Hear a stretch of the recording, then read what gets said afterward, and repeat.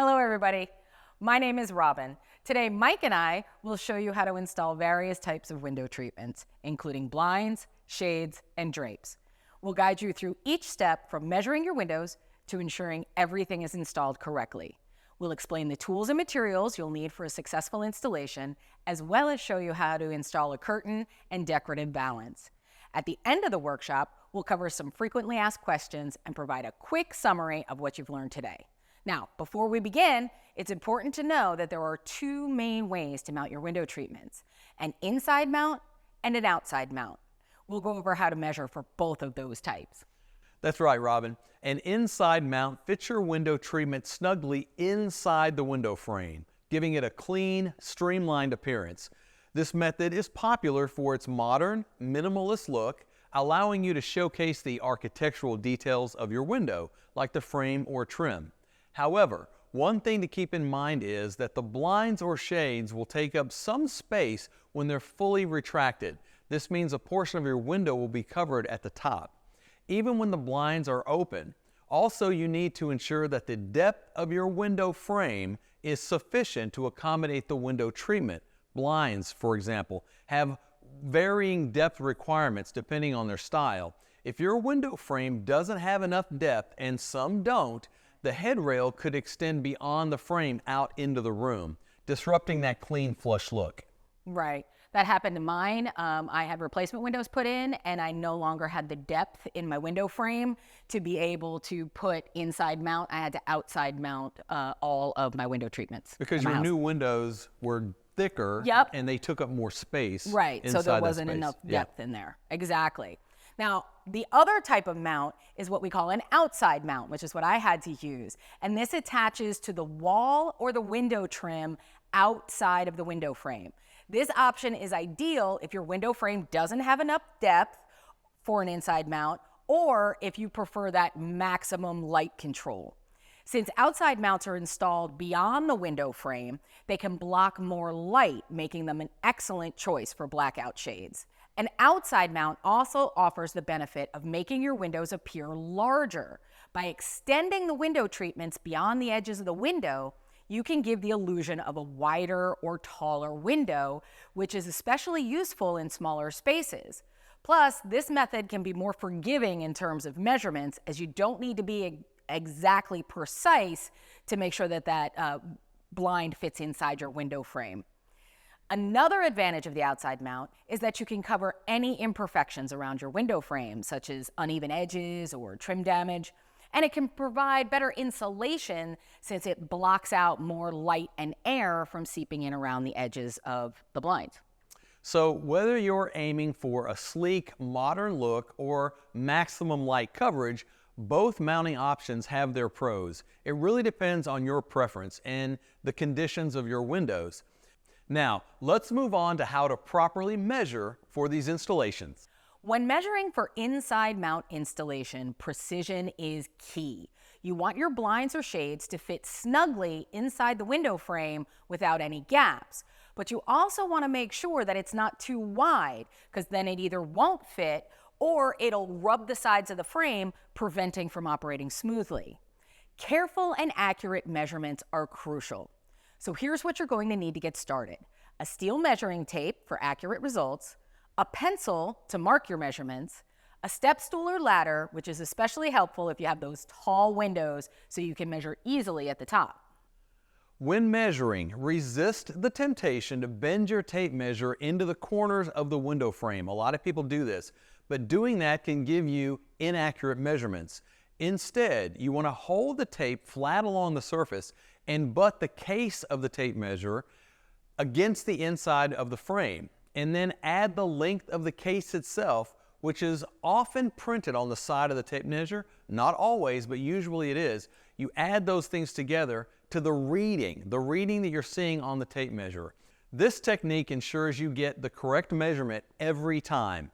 General rule of thumb is to account for 1/8 inch variance by following these steps. You'll have precise dimensions for an inside mount installation, ensuring your blinds or shades fit snugly without gaps or misalignments. Now, with all that out of the way, Robin, where are you supposed to measure? Well, we're going to be taking measurements both horizontally and vertically, as well as checking that depth of the window frame. And here's how. Measure horizontally. Take 3 horizontal measurements across the inside of the window frame. 1 at the top, 1 at the middle, and 1 at the bottom. Windows may not always be perfectly square, so this step helps ensure accuracy.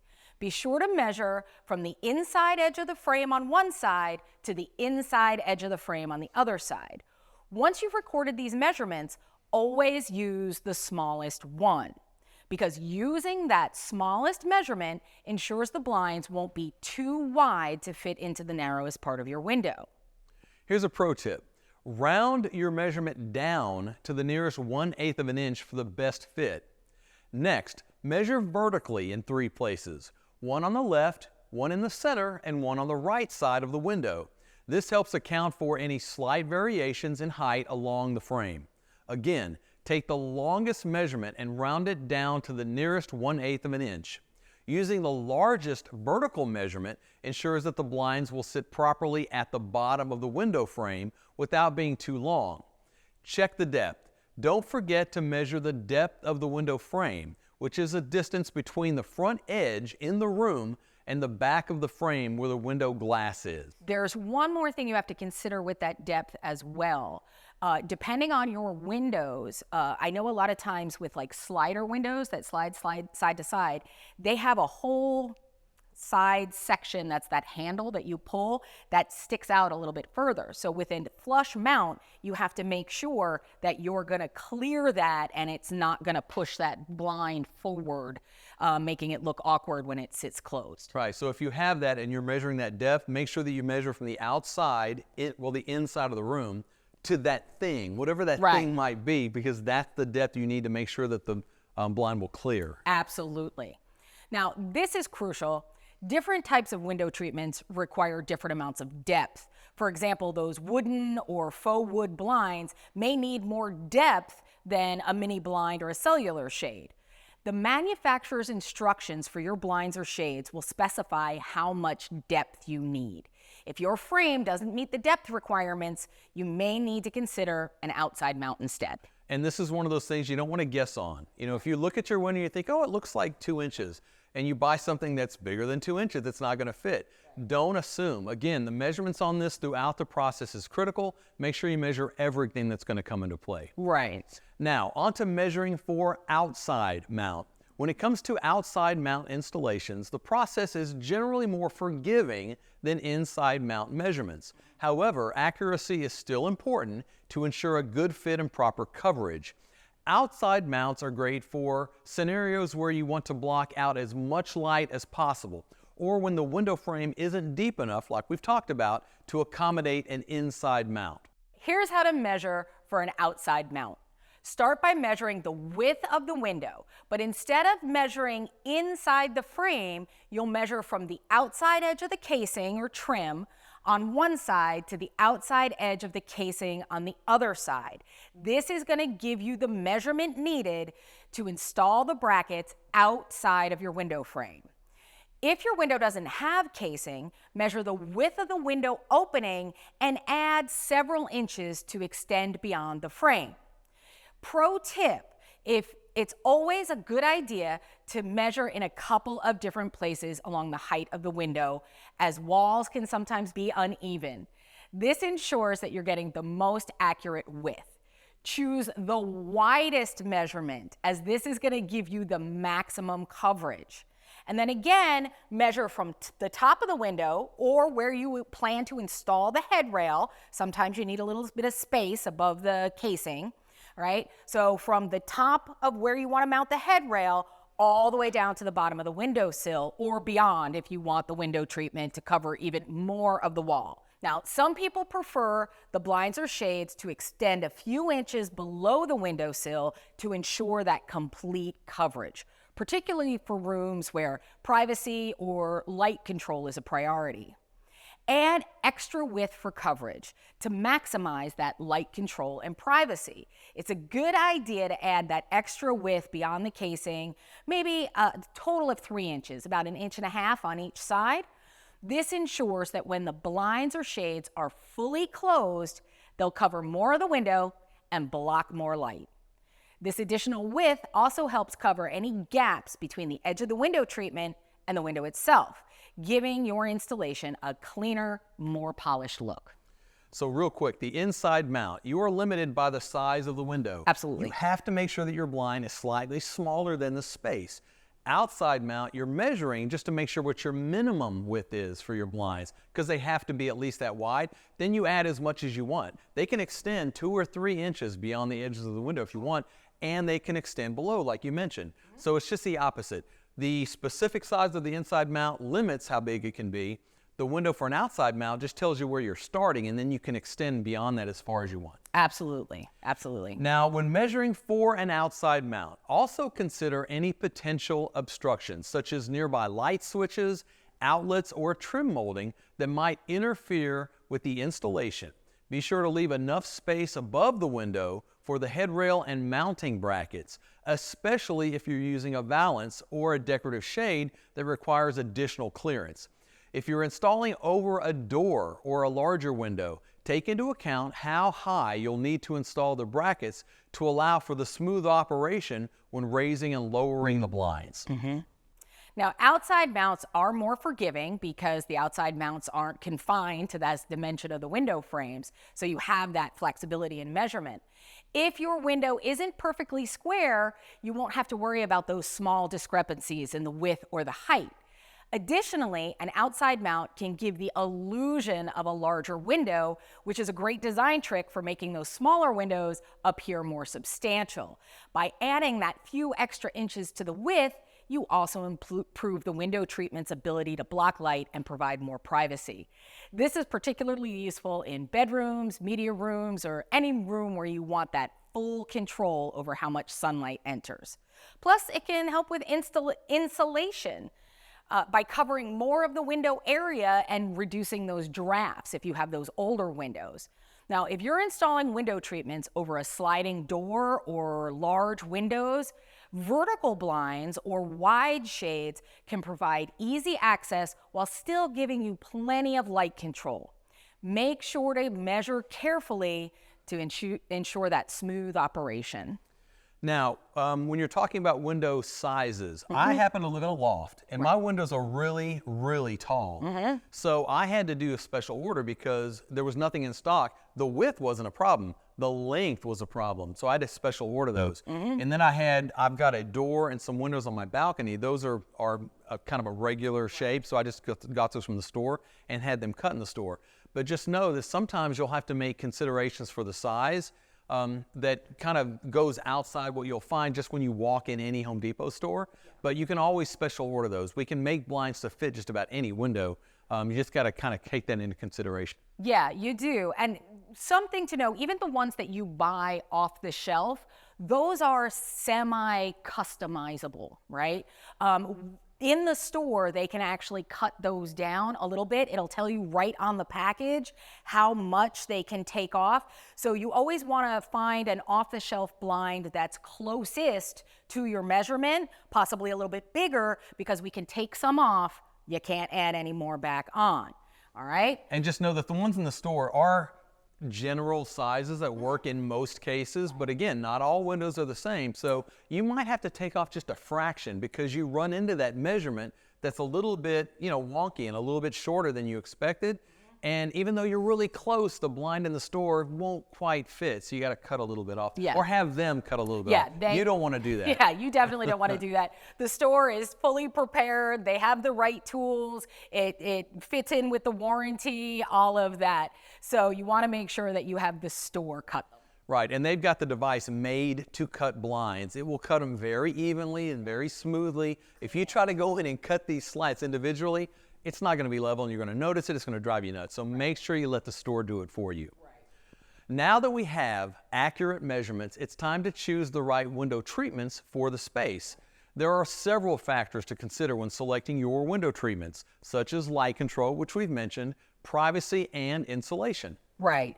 Choosing the right window treatment depends on your room's needs and your personal preferences. So let's break it down a little bit. Light control is one of the primary functions of window treatments, and that's just managing the amount of light that's entering a room. If you're looking for something that allows a soft, diffused light to enter, a light filtering option such as cellular shades or sheer curtains is a great choice. However, if you need to block all of that light, such as a bedroom or a media room, you're going to want to look at something like a blackout shade or heavy drapes. These are really ideal for more flexible light control. Blinds and shutters are excellent options because they allow you to adjust the slats or louvers to let in just the right amount of light. Now, privacy is another key consideration, especially for rooms obviously like bathrooms or bedrooms. Blinds, shades, and drapes offer excellent privacy options, but the degree of privacy can vary based on the material and the design.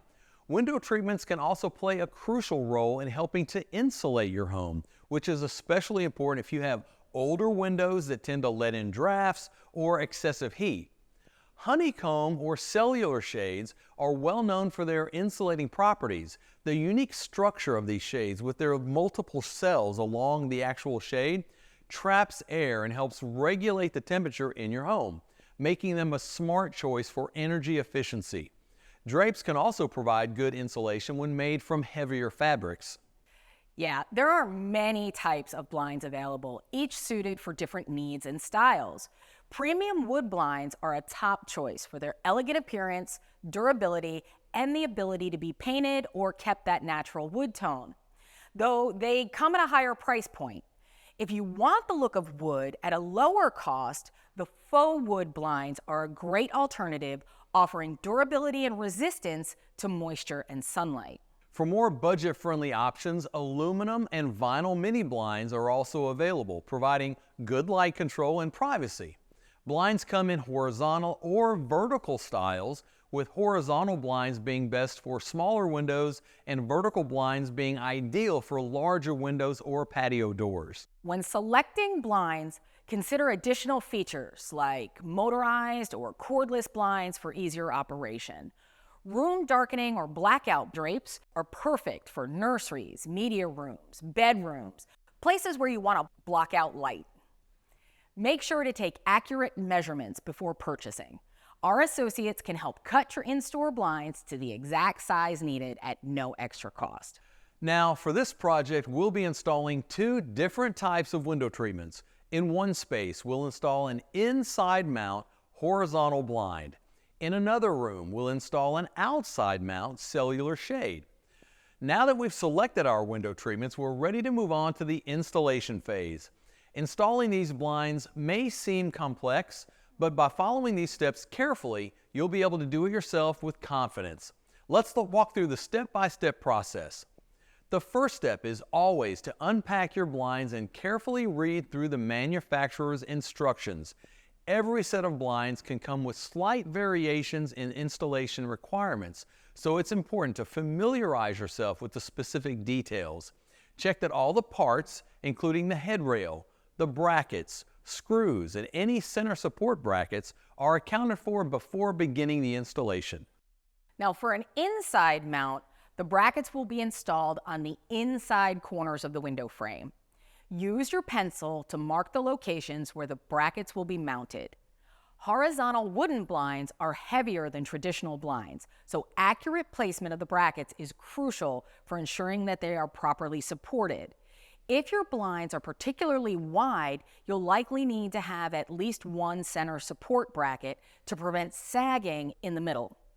The manufacturer's instructions will specify whether this is needed based on the overall width of your blinds. And you might need more than one in the middle. If it's extra long, you might need two or three. It just Absolutely. depends. Once you've marked the locations for your brackets, use your drill to create pilot holes. This step is important to prevent the wood frame from splitting when you install the screws. Be sure to drill straight and at the correct depth to ensure a secure hold. Now, if your window frame is particularly narrow or you're concerned about strength, you may want to use wall anchors for additional support. With the pilot holes drilled, you're ready to install the brackets. Use your screws and a screwdriver or drill with a screwdriver bit to securely fasten the brackets to the window frame. It's important to double check that the brackets are level using your level tool. Uneven brackets will cause your blinds to hang crookedly, impacting both their appearance and functionality.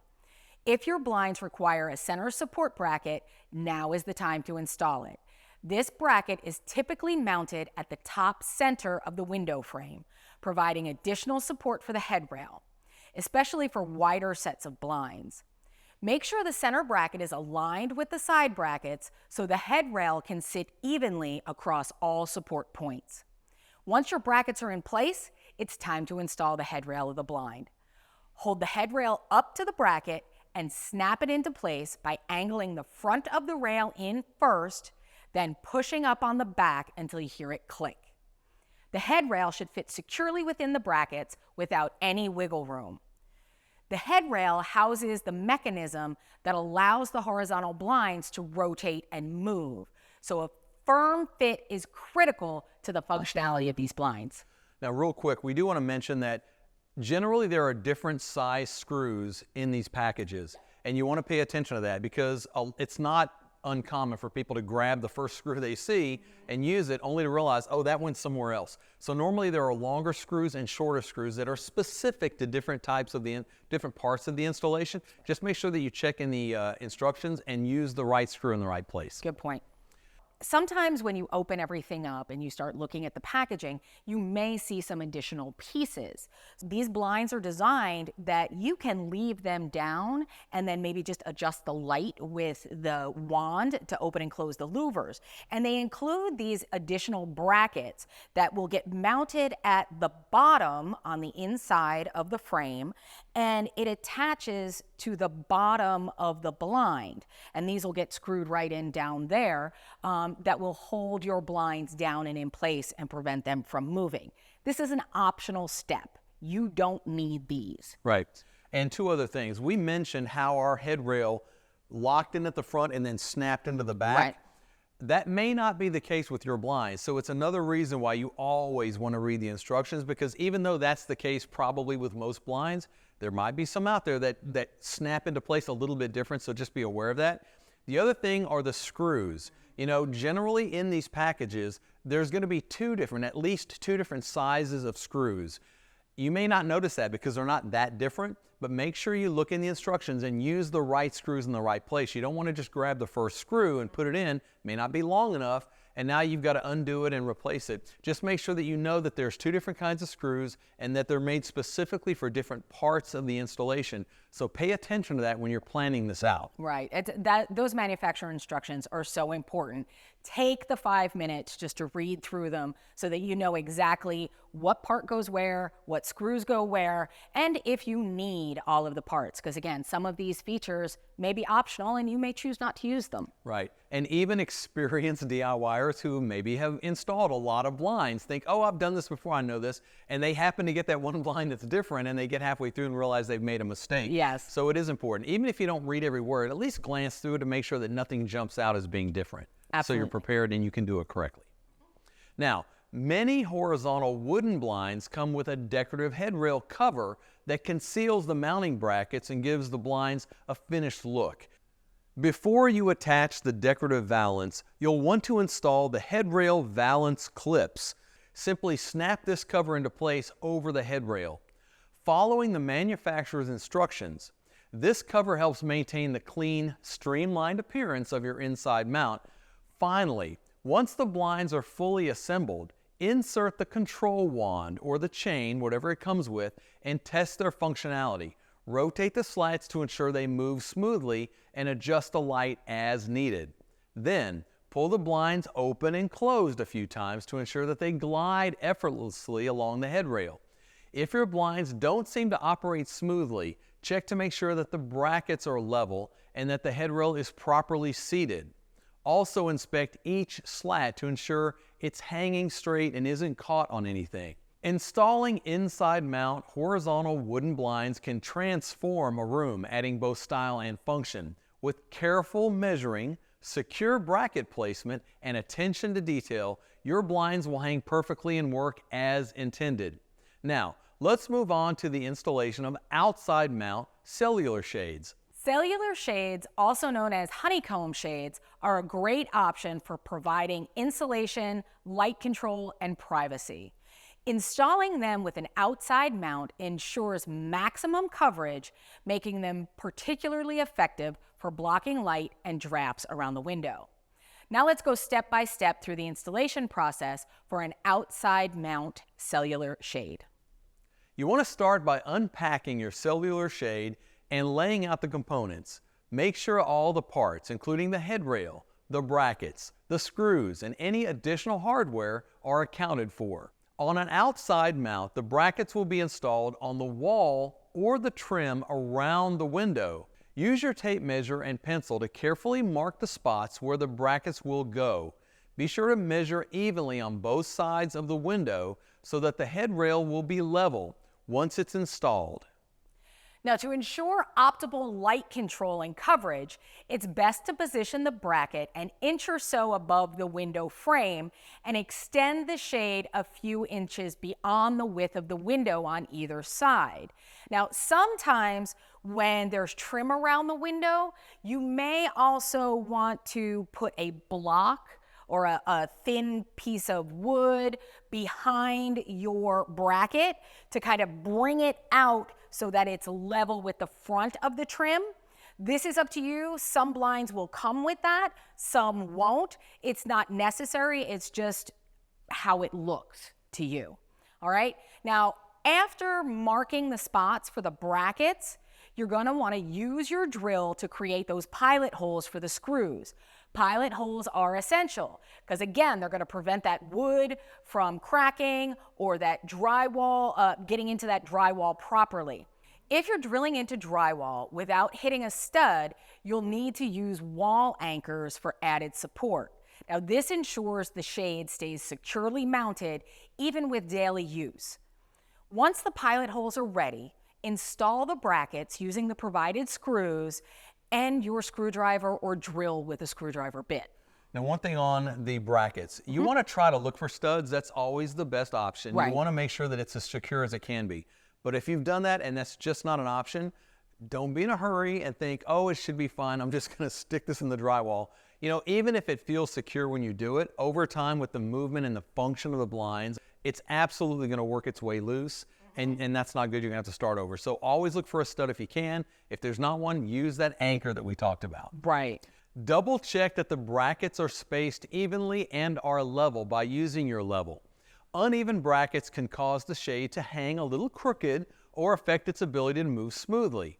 If the shade is particularly wide, you may need to install a center bracket for extra support.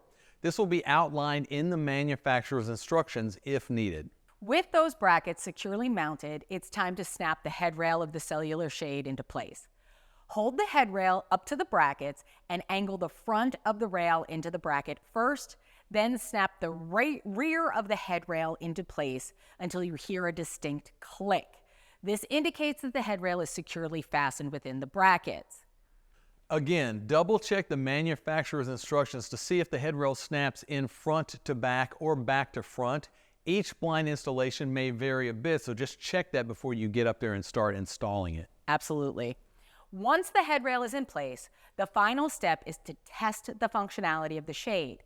Gently pull the shade down to ensure it extends smoothly, then raise it back up to check if it retracts properly. Many cellular shades have a cordless mechanism, allowing you to simply adjust the shade by pulling on the bottom rail. If the shade doesn't operate smoothly, check that the brackets and headrail are level and that there are no obstructions in the way. And that's it. And that's it. Now that we've installed our blinds, a great way to enhance the aesthetic appeal and functionality of your window treatments is by adding drapes or a valance. Both options provide additional style while improving light control, privacy, and insulation. Curtains work exceptionally well over inside mounted blinds because they help cover any gaps of the sides of the window where light might seep in through a small gap. They also add elegance and warmth to a room, creating a layered look.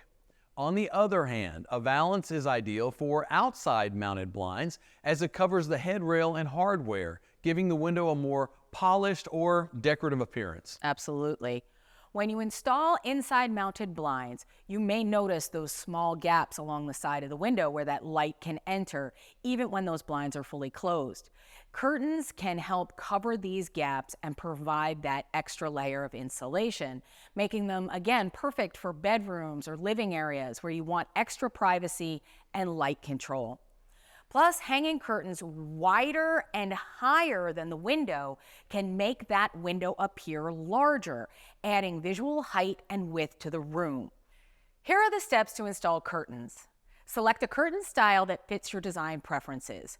Curtains come in a variety of hanging styles, such as the grommet, which has the large metal rings for the rod to pass through, pleated, which hangs using either rings or hooks, or rod pocket, where the rod slides directly through the pocket at the top of the fabric. Measure where you want the curtain rod to be installed. A common design tip is to hang the rod several inches above the window frame and extend it beyond the width of the window on both sides. This will not only cover any light gaps, but also make the window appear larger. Use a pencil to mark where the brackets for the curtain rod will be installed. Be sure to space the brackets evenly on either side of the window and use your level to ensure the rod will hang straight. Once you've marked the locations, drill pilot holes for the screws. If you're drilling into drywall without hitting a stud, be sure to use those wall anchors for added stability. Use a drill or screwdriver to secure the brackets to the wall. Since this is drywall, we have added anchors for additional support. Double check with your level to ensure they are aligned properly. Slide the curtain onto the rod depending on the style you've chosen and place the rod onto the installed brackets. Adjust the drapes so that they hang evenly and ensure they cover the sides of the window. Open and close the curtains to ensure smooth operation. Adjust the curtains as necessary to ensure they are hanging evenly and at the correct height. Now, one question that people sometimes have is, what's the length of my curtains? Sometimes I see them go all the way to the floor. Sometimes they end at the bottom of the window. There's really no rule about that. It's really personal preference. I think there are some general guidelines. Generally speaking, you tend to see the longer curtains maybe in a more formal area or in a living room, and maybe the shorter curtains in a bedroom where maybe it's a little bit more casual, and I think that's considered maybe a more casual look. I don't know. It is. Those are generally shorter. A lot of times a lot of people ask the difference between curtains and drapes. So curtains generally are shorter, but they're also a lighter fabric. So if you have like a lighter fabric that's even like a sheer or like a thin cotton, that's considered a curtain. If you have something heavy like a velvet or something like that, they'll call those drapes. Now, as far as the height, it really is just preference. That making it longer, going from the ceiling all the way to the floor or well above the window all the way to the floor, it's just a more dramatic look, right? A dramatic decor decision, but that's exactly what it is. It's a decision. What do you like? It's your house. Right. It's your preference. And another thing that people sometimes do, they don't just bring the curtain to the floor, they have it extra long and they bunch them and gather them at the bottom for an even more dramatic, kind of puddle them at the bottom, which is kind of cool. So there's a lot of options. Again, no rule, just guidelines. You can do whatever you want. Mm-hmm.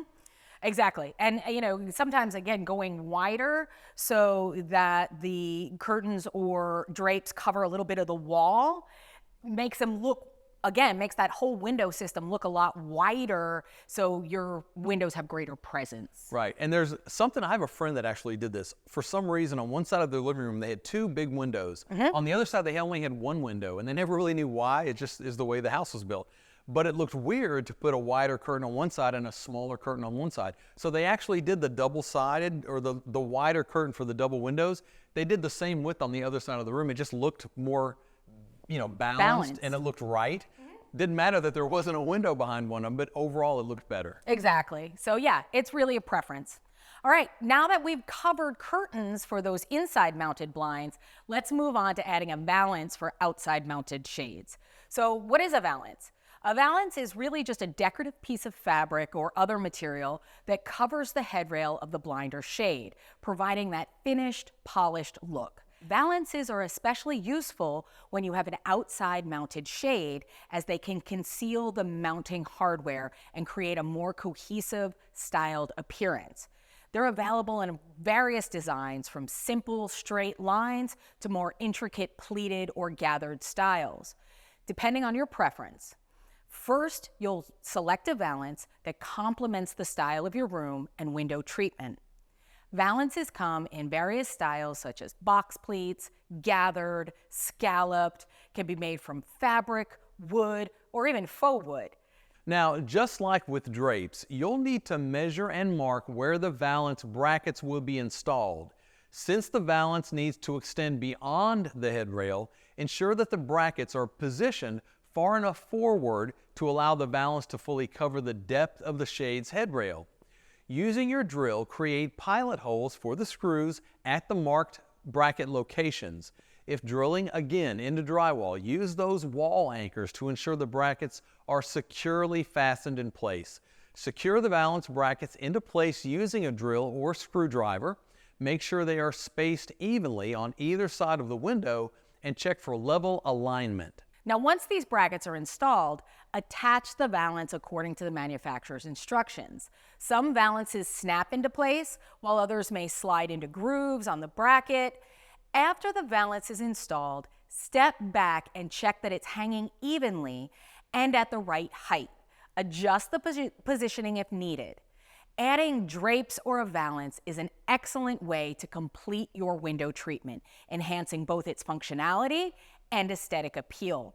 With these additions, your windows will not only look great, but will also perform better in terms of privacy, insulation, and light control. Now you might be asking, do I need a valance?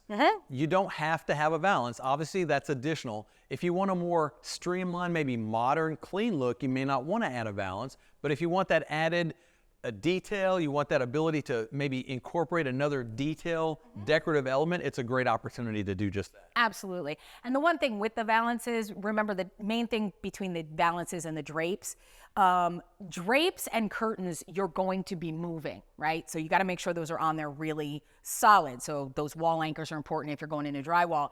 With a valance, generally you don't touch them or move them. You still want to make sure that they're secure. So I would still definitely use anchors if you're going into drywall, but it's not going to get that constant movement and adjustment like a drape or a curtain would. Once they are securely installed, they're not going anywhere. Right, exactly. Generally speaking. Exactly. Now, let's quickly review the tools that you'll need for these installations. Measuring tape for accurate measurements of your windows, ladder or step stool to safely reach the top of your windows, a pencil for marking the locations where brackets, rods, or valances will be installed, a drill with appropriate bits to create pilot holes and drive screws into your walls or window frames, a screwdriver or drill with a screwdriver bit for securing those brackets and the hardware, a level to ensure that your blinds, shades, or drapery rods are installed evenly. For these window treatment installations, you'll need the following materials. You obviously have to have the blind or the shade, your drapes or your curtains. Valance brackets. A lot of times if you're going to use the valance that comes with your blinds, your thicker blinds, those will go ahead and be included with the blind, but if you want something different, you're going to have the rods for that. A curtain rod for drapes, the headrail cover if needed for blinds, screws, again, often included with the hardware, but sometimes there's extras. You want to have some extras just in case. You're going to want to have some wall anchors mounting into that drywall or surfaces without studs. You want the correct anchor as well. We've been talking a lot about drywall, but if you have masonry walls like cinder block or brick, you're going to need a different specific anchor for masonry or brick. So make sure you're getting the correct kind. When purchasing blinds or shades, most products come with the essential brackets and headrail covers included in the package. These components are typically provided by the manufacturer to ensure the product can be installed securely and has a finished, polished look once it's mounted. The brackets hold the blinds or shades in place, whether you're doing an inside mount or an outside mount. while the headrail cover provides a decorative element to conceal the hardware, giving your window treatment a cleaner appearance. However, in some cases, particularly with custom or high-end window treatments, you may need to purchase certain components separately. For example, custom blinds, shades, and shutters. If you order custom window treatments, the standard brackets or headrail covers might not be included, especially if you're choosing specific styles or finishes that differ from standard options. Now, while some blinds come with a basic headrail cover, you may prefer to purchase a more decorative valance or upgraded cover that complements your room's style. It's always a good idea to check the product details when making a purchase to ensure that all necessary hardware is included, or be prepared to order those parts separately if needed.